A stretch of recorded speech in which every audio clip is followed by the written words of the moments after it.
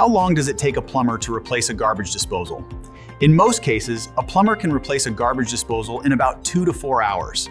If everything is in good condition and lines up properly, the job can be finished closer to 2 hours. However, if there are issues like worn pipes, faulty wiring, or a poor previous installation, it may take longer to complete safely and correctly. Here in Harvey, Louisiana, many homes have older plumbing setups that need small adjustments before installing a new disposal. That can include pipe realignment or checking for buildup that may affect performance.